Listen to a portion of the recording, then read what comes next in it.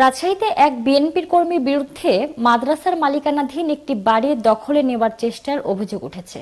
তিনি ইতোমধ্যে বাড়ির একটি ঘর দখলে নিয়েছেন।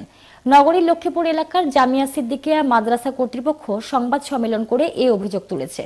মঙ্গলবার দুপুরে নগরীর একটি রেস্তোরাঁয় আয়োজিত এই সংবাদ সম্মেলনে লিখিত বক্তব্যে মাদ্রাসার অধ্যক্ষ মুফতি আবু তাহের দাবি করেন, দানসূত্রে পাওয়া এ বাড়ি দখলের চেষ্টা চলছিল আগে থেকেই।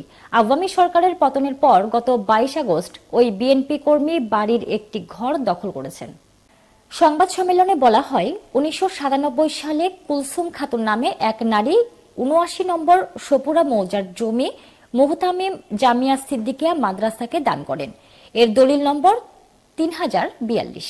জমিটি দান করার সময় সেখানে দুটি ঘর ছিল। পরবর্তীতে মাদ্রাসা কর্তৃপক্ষ আরও দুটি টিনশেড ঘর নির্মাণ করে। এই বাড়ির হোল্ডিং নম্বর 15। ঘরগুলো ভাড়া দিয়ে যে টাকা পাওয়া যায় তা মাদ্রাসার এতিম ও দুস্থ ছাত্রদের জন্য ব্যয় করা হয়। গত 22 আগস্ট দুপুরে সপুরা গোরস্থানপাড়া এলাকার সাইদুল ইসলাম কটা ও তার ছেলে বিএনপি কর্মী শাওন সহ অজ্ঞাত কয়েকজন ব্যক্তি বাড়ির সামনে মাদ্রাসা কর্তৃপক্ষের টাঙানো সাইনবোর্ড ভাঙচুর করেন। তারা বাড়ির ভাড়াটিয়াকে বাড়ি ছাড়ার জন্য হুমকি দেন। এরপর তারা একটি ঘর খালি করে নিজেদের জন্য মালপত্র রেখে ঘরটি দখল করেন।